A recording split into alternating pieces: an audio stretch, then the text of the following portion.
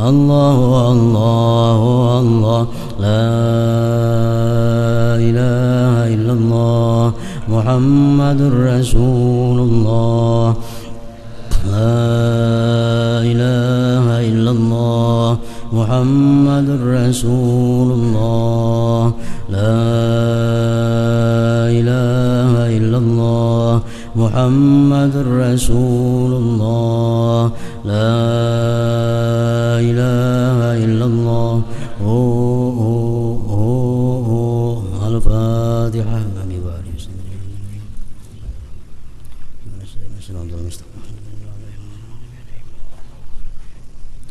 فيا أيها الرجل منه شفاعة صلوا عليه وسلم.